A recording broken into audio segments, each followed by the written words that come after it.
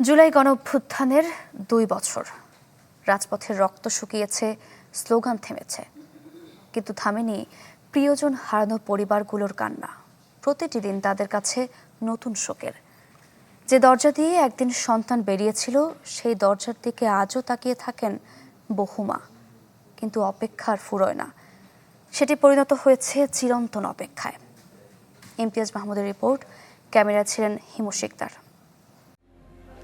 School dress পরিয়ে তো যে ছেলেগুলো যায়, কলেজে যায়, কলেজ থেকে আসে, এখান থেকে আমাকে দেখা হইলে সালাম দেয়, আন্টি কেমন আছেন।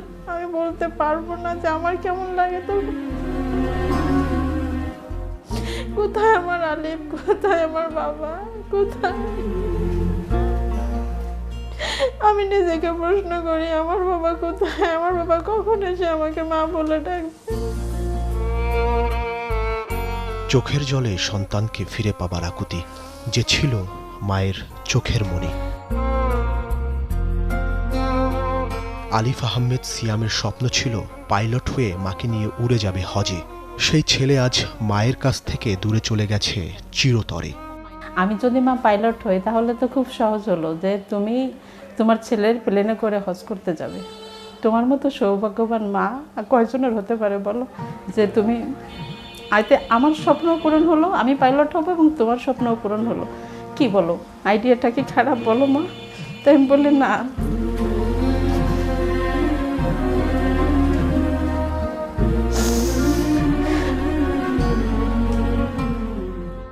সাভারের ইসলামনগরের বাসিন্দা হওয়ায় জাহাঙ্গীরনগর স্কুলে ভর্তি হতে চেয়েছিল আলিফ। সেখানেও ছিল কোটার বাধা। সেই আক্ষেপ থেকে ১৫ বছরের আলিফ ছুটে গিয়েছিল কোটা বিরোধী আন্দোলনে। ওখানে আমি ওকে ছোটবেলায় পরীক্ষা দিয়েছিলাম, ওর স্বপ্ন স্কুলে পড়বে। তো ওখানে কোটার কারণে ও মেধা দিয়ে চান্স পায়নি। এই যে ছোটবেলা অনের যে একটা ক্ষোভ, এটা ওর ভিতরে আস্তে আস্তে ওটা পুষে রেখেছে এবং বড় হতে লাগলো। এই কোটা নিয়ে যেহেতু আন্দোলন, এই কোটা সংস্কার আন্দোলনে আমাকে যোগ দিতেই হবে। ৫ই August long march to Dhaka কর্মসূচির উত্তাল দিনে মায়ের বাধা মানেনি আলিফ। বলেছিল, হয় বীরের বেশে ফিরব, নয়তো শহীদ হয়ে। সেদিন কথা রেখেছিল সে। মাথায় গুলি নিয়ে নিথর দেহে ফিরে আসে মায়ের কাছে। ধরো আমি আন্দোলনে যাচ্ছি, হ্যাঁ, ওখান থেকে যদি আমি বেঁচে ফিরি তাহলে তো বিজয়ের বেশে তোমার কোলে ফিরব।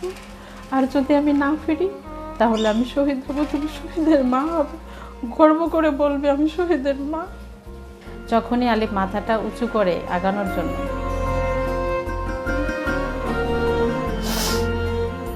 তখনই আলিফের মাথায় এসে গুলিটা লাগে। আমাকে আমি নিজেই সবসময় দোষী মনে করি, কারণ অনেক বাবা আন্দোলনে যায় নাই, যাইতে দেন, আর আমি ছেলেকে নিয়ে আন্দোলন করছি। গুলি খাওয়ার পরে আন্দোলন ছিলাম, নিজের কষ্ট নিজের ভিতরে। জুলাইয়ের রাজপথে আলিফের পাশে থাকত যে বন্ধু, আজ সে ভীষণ নিঃসঙ্গ। তার অপেক্ষা হয়তো হারিয়ে যাওয়া বন্ধু ফিরবে আবার। সারাদিন স্কুলে থাকতাম, সকাল 9টা বাজে স্কুলে গেলে 4টা বাজে বাসায় যেতাম। তো এই স্মৃতি ভোলার কোনো নাই, সম্ভাবনা নাই। কারণ সারাদিন একটা মানুষের সাথে যদি থাকি তাহলে হাজারো স্মৃতি মনের ভিতরে থাকে। আলিফের ঘরটা জুড়ে এখন শুধুই শূন্যতা। স্কুল ড্রেস পরে কেউ বলে না মা স্কুলে যাই। মা জানে এই ঘরের ছেলেটা আর ফিরবে না কোনোদিন।